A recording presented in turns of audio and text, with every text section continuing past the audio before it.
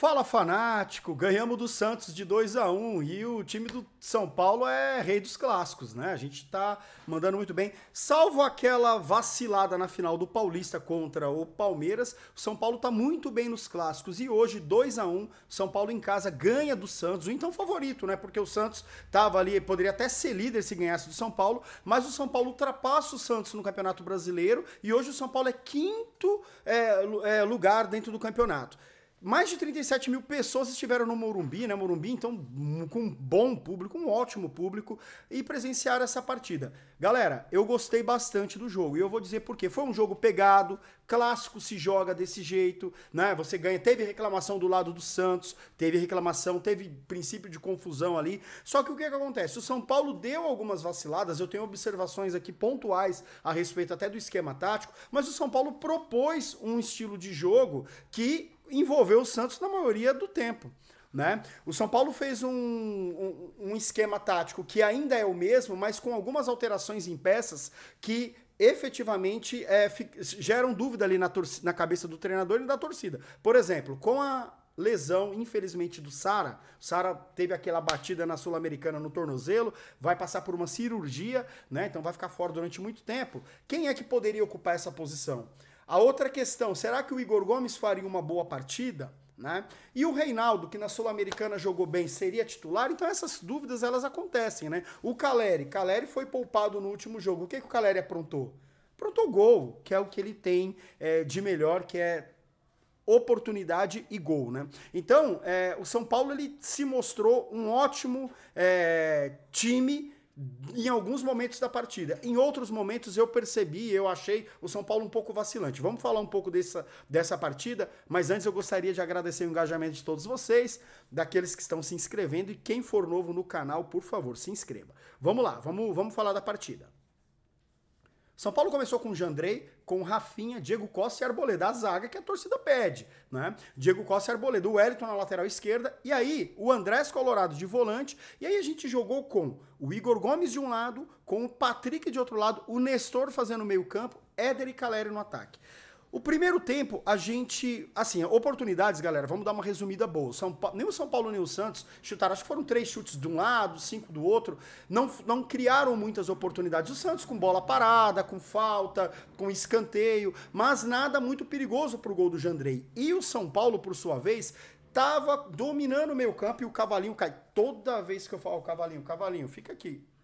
Carinhosamente, o nosso amigo Igor Vinícius aqui, né? Que tem a cara do Igor Vinícius. Bom, galera, é o seguinte, o São Paulo dominou o primeiro tempo, né? Dominou o primeiro tempo, boa parte do primeiro tempo, mas não criou tantas oportunidades de gol. Mas quando criou, meteu caixa. E, basicamente, eu resumi em 2 lances do primeiro tempo, os gols da partida. Aos 10 minutos, o Caleri... Que é assim, galera, o São Paulo ataca pelo lado esquerdo, e aí o São Paulo faz um ataque pelo lado esquerdo, a bola é recebida pelo Éder, que abre pro Patrick, e o Patrick cruza na medida o Caleri no meio da zaga, e tinha o God of Zaga lá, o Maicon, a galera vai lembrar muito bem dele.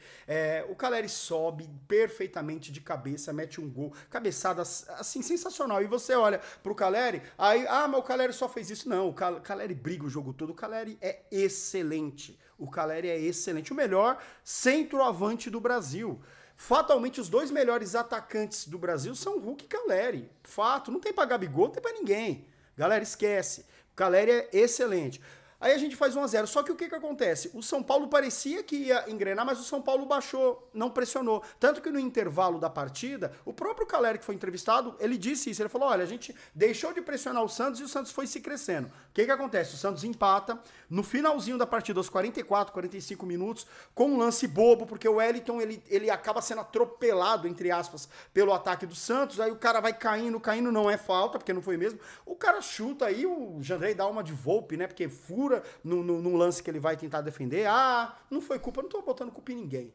Simplesmente deu uma de Volpe. Furou a saída de bola. No chão, rasteiro, a bola cruza, passa na frente, na marca do pênalti, na frente do Jandrei. Aí o atacante dos caras vem no carrinho, a bola bate no corpo, não foi mão, não foi nada, foi gol mesmo. E aí o Santos faz 1-0. que acontece? O São Paulo, na volta do segundo tempo, aí acaba o primeiro tempo, na volta do segundo tempo, o São Paulo já muda, né? O Charles Zambert, né? Que é o francês auxiliar, porque o Rogério Ceni estava cumprindo suspensão, né?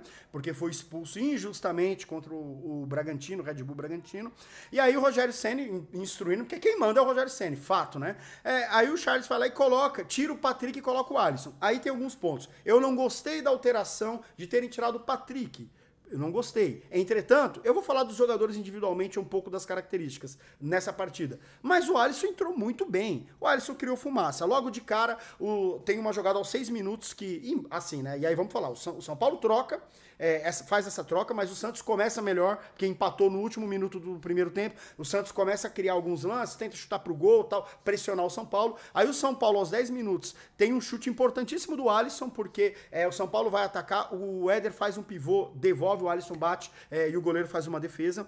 Depois, aos 7 minutos, um cruzamento do Alisson. E assim, foi um cruzamento perfeito do Alisson dentro da área. O Caleri quase se antecipa, só que o zagueiro conseguiu alcançar e ele tira com o pé, a bola é recuada, aí para até o lance, aí o goleiro faz aquele miguezinho, aquela coisa toda.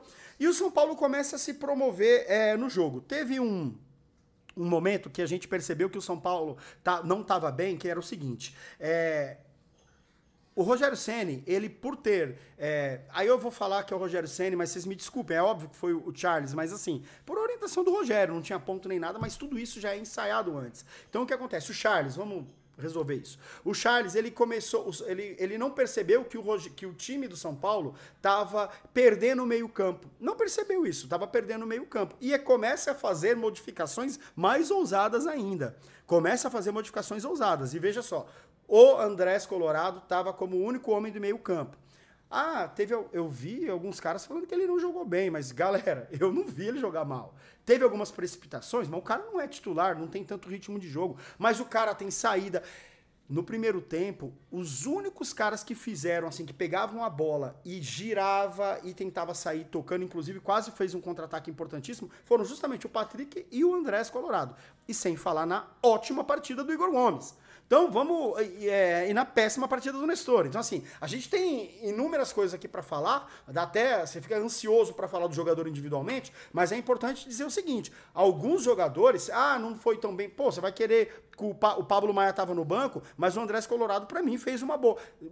É uma posição, tem que ocupar, o cara tem que ser marcador, o cara tem que brigar, tem que combater. E ele estava jogando bem, só que aos 16 minutos o Charles faz 2 substituições. Ele tira o próprio Andrés e coloca o Luciano, porque a torcida começa a gritar. Eu não sou a favor de ficar gritando Luciano toda vez em casa, eu não sou a favor. Mas vamos lá.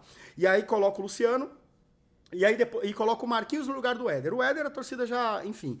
E aí o Igor Gomes vai para a volância. Mas veja só, eu fiquei com medo nesse momento, porque os ataques do Santos surgiram porque a gente perdeu o meio campo. Porque o Nestor não marca ninguém, toda vez que chega ele faz falta, ele chega atrasado, não marca ninguém e não cria nada no ataque. Simples assim. Eu tenho medo, galera, que o Nestor ele entre naquela mesma sina que entrou a questão do Sara. A insistência de colocar, insistência, mesmo o cara jogando mal. E aí o Nestor achar que ele é um craque, porque mesmo ele jogando mal, ele não sai do time. Né? E aí o São Paulo começou a criar algumas situações, teve o contra-ataque aos 3 minutos muito perigoso do Santos, o São Paulo, pra mim, ali foi bem perigoso esse contra-ataque.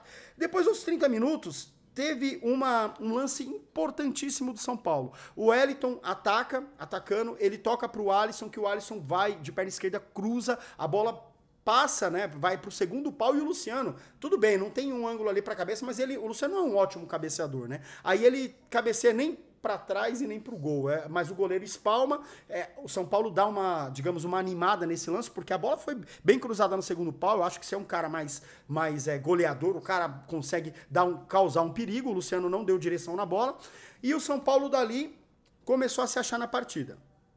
Algumas outras substituições foram feitas, né? Porque aos 35 minutos o Pablo Maia entra no lugar do Nestor para corrigir esse problema que era do meio-campo, e no meu ver ele entrou bem.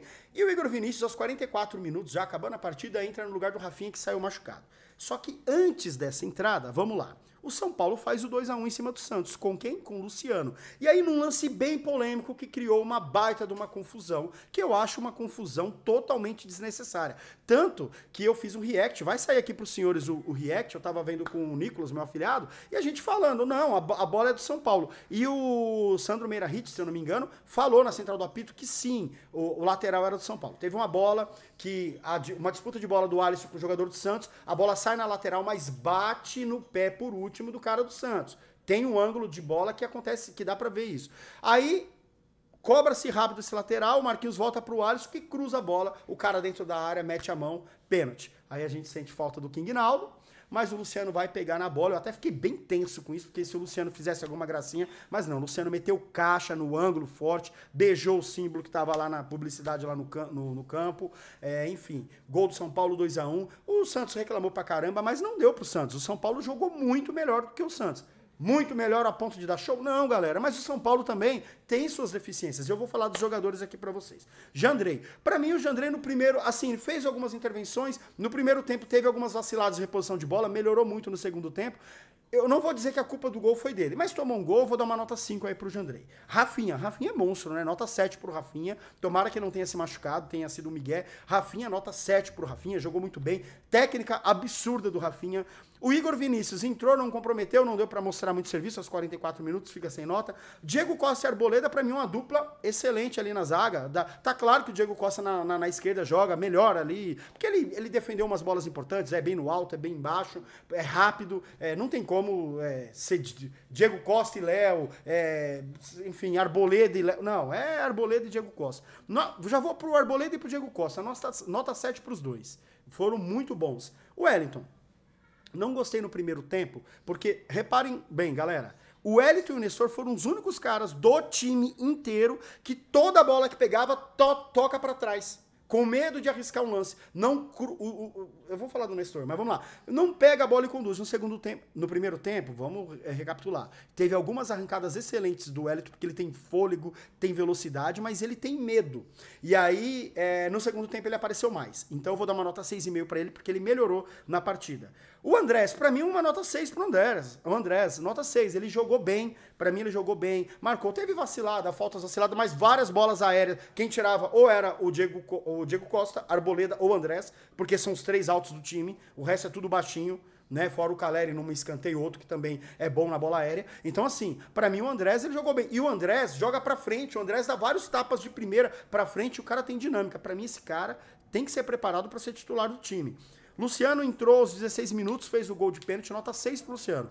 Ah, vão dizer, pô, mas o cara fez o gol da vitória. Fez o gol da vitória. Não tinha feito nada antes desse gol da vitória. Vamos ser justos, galera. Gol, o cara com contrato renovado merecia fazer esse gol e tá lindo, lindo e maravilhoso. Vamos lá. Nestor, o pior do time, nota 4. Fez um chute de falta, perigoso, pelo amor de Deus. Nestor, horroroso na partida. Pablo Maia entrou e precisa de um cara no meu campo, não tem jeito. Pablo Maia entrou, precisa de um cara no meu campo. Pablo Maia, nota 6 aí pro Pablo Maia.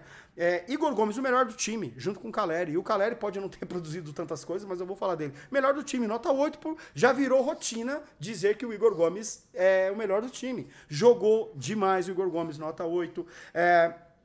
Éder, uma nota 5,5 aí pro Éder, 6, porque jogou bem, abriu a bola do lançamento do Patrick,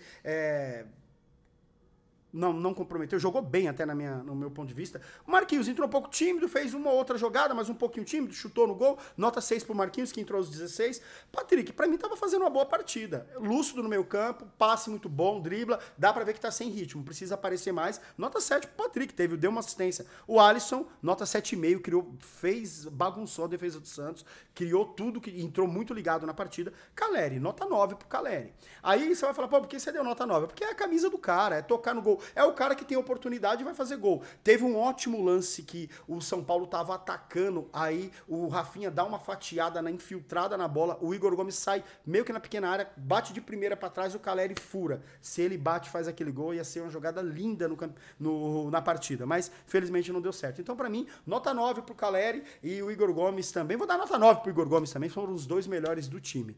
Pro Charles e pro Rogério, né? O Rogério nos bastidores, mas pro Charles aí, nota 7. Ganhou seu primeiro clássico aí, né, Charles? Sendo treinador. Galera, obrigado por terem ficado até aqui. Grande abraço.